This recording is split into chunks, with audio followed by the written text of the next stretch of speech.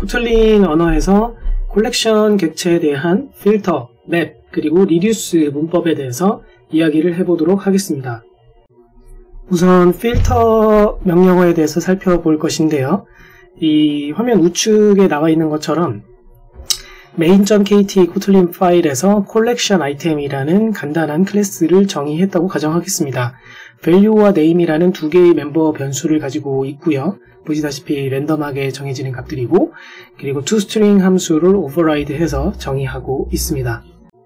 그리고 화면 하단에 main 함수가 정의가 되어 있는데요. list라는 이름의 변수에다가 뭘 넣느냐면 mutable list of를 통해서 리스트 객체를 생성해서 넣어주고 있어요. 그런데 이거를 여기까지만 보고 그냥 리스트 객체를 생성했구나 라고만 생각을 하면 안 되고, 그 리스트 객체를 생성은 하는데 그거에 대한 타입은 보시다시피 이제 지네릭으로 정의가 되어 있기 때문에 콜렉션 아이템이라는 클래스를 넣어주고 있죠. 이렇게 하면 콜렉션 아이템이라는 클래스의 객체를 아이템으로 가질 수 있는 리스트 객체가 생성이 되게 될 것입니다. 그리고 그 리스트 객체를 생성을 해서 그대로 바로 리스트라는 이름의 변수에 넣는 것이 아니라 보시다시피 점 찍어서 apply를 적용을 하고 있어요. apply 뒤에는 이제 중괄호로 해서 중괄호로 끝나는 람다 함수 부분이 정의가 되어 있죠. 그래서 이렇게 써주게 되면은 방금 만들어진 이 리스트 객체에 대해서 이 안에 들어있는 람다 함수 안에 들어있는 내용이 적용이 될 것이에요. 포문을 돌고 있는 걸 알 수가 있고요. 0부터 해서 1000 전까지니까 1000번 돌게 되겠죠. 1000번 돌면서 add라는 함수를 호출하고 있습니다. 이 add는 리스트 객체, 방금 만들어질 그 리스트 객체의 멤버 함수로서 add가 이제 호출이 되는 것이에요. 그래서 add 함수를 총 1000번 호출을 하게 될 것이고요. 그때마다 콜렉션 아이템을 그 객체를 생성을 해서 임의의 객체를 생성을 해가지고 add를 시켜주게 됩니다. 자, 그럼 리스트라는 이름의 변수에는 콜렉션 아이템 타입 혹은 콜렉션 아이템 클래스라고 볼 수 있는 객체가 총 1000개 들어가 있는 리스트 객체가 들어가 있다고 보면 되겠고요. 여기 filtered라는 이름의 변수를 새롭게 정의하고 있죠. 앞서 살펴봤던 리스트 변수랑 동일하게 콜렉션 아이템 타입의 객체를 담을 수 있는 리스트로서 정의가 되어 있고요. 그리고 이 녀석을 어떻게 이제 만들어주고 있냐면 는 오른쪽을 보시면 되는데요. 리스트, 소문자 리스트, 이거 방금 위에서 만들었던 그 객체죠. 거기서 점 찍어서 필터라고 호출하고 있습니다. 그리고 그 뒤에 람다 부분이 다시 정의가 되어 있죠. 그래서 이게 의미하는 것은 무엇이냐? 리스트 안에 들어있는 각각의 아이템들에 대해서 이 필터 뒤에 들어있는 이 람다 부분을 적용을 해가지고 무슨 채로 걸러내듯이 필터링을 하게 되는 것입니다. 현재 리스트 안에는 총 1000개의 콜렉션 아이템 타입의 객체가 들어가 있는데 그 각각 1000개의 그 객체들이 생성될 때 보시다시피 value랑 name이 랜덤한 값으로 만들어지잖아요. 그런데 이 그냥 랜덤한 게 아니라 특히 value와 같은 경우에는 nextInt라는 함수를 통해서 이 0에서 1000 사이의 값을, 정확히는 이제 0에서 999가 되겠죠. 0에서 999 사이의 값을 선택해가지고 그 안에 들어가게 된단 말이에요. 그렇기 때문에 이 총 1000개의 콜렉션 아이템들 중에서 그 확률적으로 봤을 때 0에서 999 사이에서 이제 랜덤하게 생성이 되었을 테니까 500보다 작거나 같은 이 밸류의 값이 500보다 작거나 같은 것들만 추려내도록 이렇게 필터링을 하게 되면 대략적으로 1000개 중에서 한 절반 정도인 500개 정도가 남게 되지 않겠습니까? 그렇죠? 그렇게 해서 남은 그 결과물을 filtered라는 이름의 변수에 담게 되는 것입니다. 그렇기 때문에 이 마지막 줄에 나와 있는 것처럼 filtered.size를 출력을 하게 되면 filtered 안에 대략 500개 정도의 그 콜렉션 아이템 타입의 객체가 들어가 있을 것이기 때문에 500 내외의 값이 화면에 출력이 될 것이에요. 실행할 때마다 다른 값이 찍히게 될 건데요. 지금 이 화면과 같은 경우에는 보시다시피 509라는 값이 찍혔습니다. 정리해보자면 이 필터 문법에서는 이 중괄호 안에 들어있는 이 부분, 여기가 지금 조건식에 해당이 되는데 이 조건 부분을 만족하는 아이템들만 남아있게 해줘요. 그래서 대략 500개 정도가 남아서 필터드 변수에 들어가게 된 셈이 되겠고요.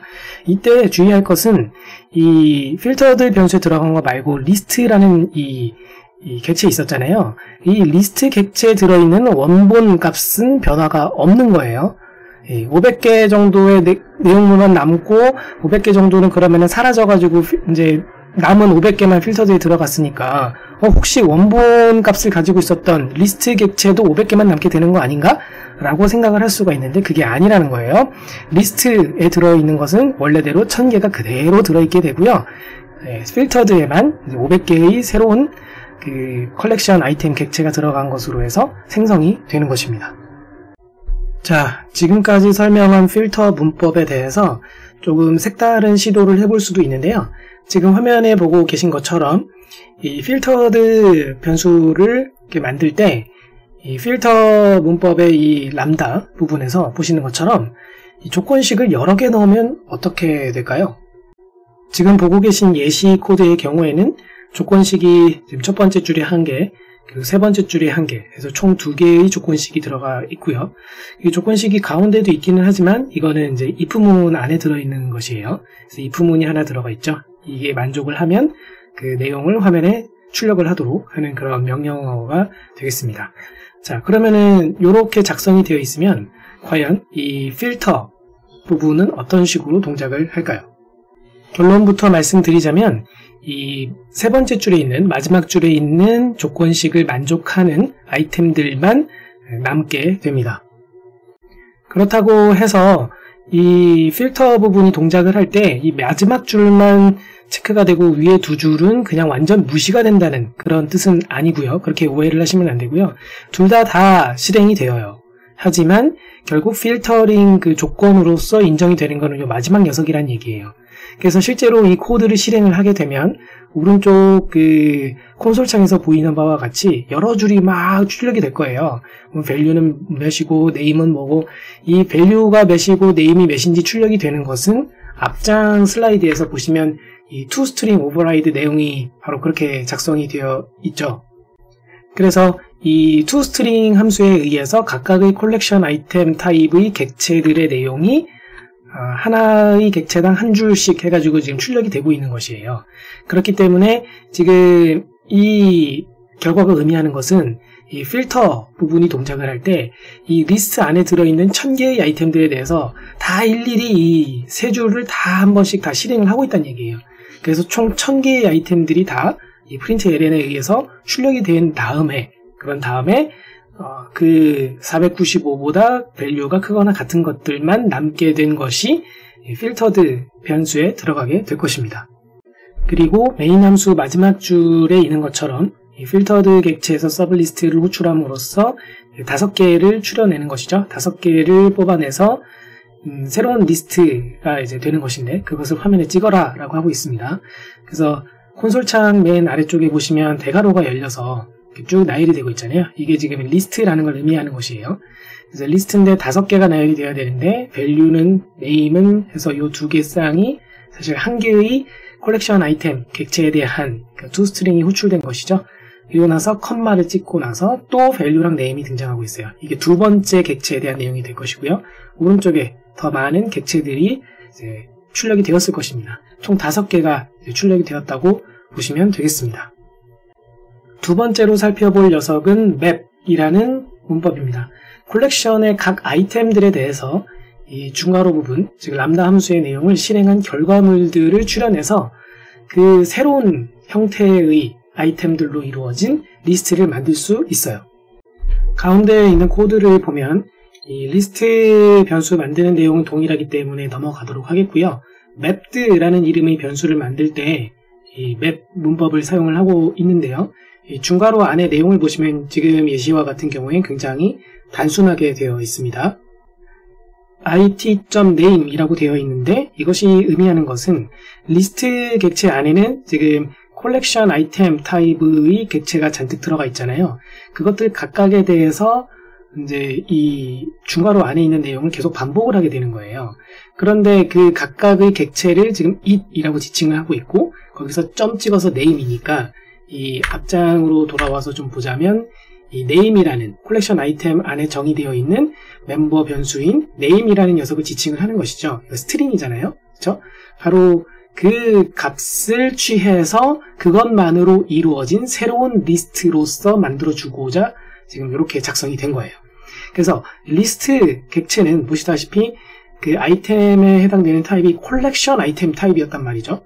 그런데 맵 문법을 통해서 생성된 객체는 동일하게 리스트 타입으로 만들어지기는 했으나 그 아이템의 타입은 무엇입니까? 스트링입니다. 왜냐하면 여기서 .name으로서 뽑아낸 것이 여기서 스트링이기 때문이죠. 그래서 스트링 타입인 name을 뽑아내서 만든 리스트여서 스트링 아이템을 가진 리스트로서 mapped라는 변수가 생성이 되는 것입니다. 그 아래에 있는 이 두 개의 프린트 문은 이 mapped 안에 있는 걸 두 개를 뽑아서 화면에 찍어줘 하는 거고, 리스트 안에 있는 거 두 개 뽑아서 화면에 찍어줘 라고 한 건데, 보시다시피 큰 의미는 없다고 보시면 되겠고요. 자, 그럼 여기서 그 주목할 점은 뭐냐면 리스트 객체 안에 들어있던 그 각각의 콜렉션 아이템 객체들이 있는데 거기서 네임에 해당되는 그 값들만 추려내서 mapped라는 변수에 들어갔다. 즉 앞서 살펴봤던 필터 문법과는 굉장히 큰 차이점이 있는 것인데요. 필터와 같은 경우에는 앞장 예시에서도 살펴봤던 것처럼 이 필터 구문에 의해서 필터 문법에 의해서 만들어진 리스트는 그 원본 리스트와 동일하게 그 타입이 형성된다는 걸 알 수가 있어요. 어차피 그 필터링 돼서 남아있는 것들을 추려내서 만들어지는 것이기 때문에, 필터의 경우에는 추려내서 만들어진 리스트이기 때문에 원본 리스트에서 담고 있던 콜렉션 아이템 타입을 그대로 가져와서 똑같은 타입으로 정의가 되어야 한다는 거죠. 똑같은 타입으로 만들어진다는 얘기죠.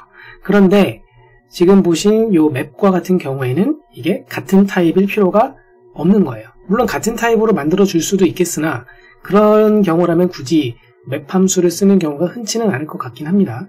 자, 어쨌든 간에 이 맵 문법을 쓸 때는 보시는 것처럼 완전 다른 타입으로 만들어내서 그 리스트를 만들어내고 싶을 때 그때 사용을 하는 녀석이라고 볼 수 있을 것 같습니다.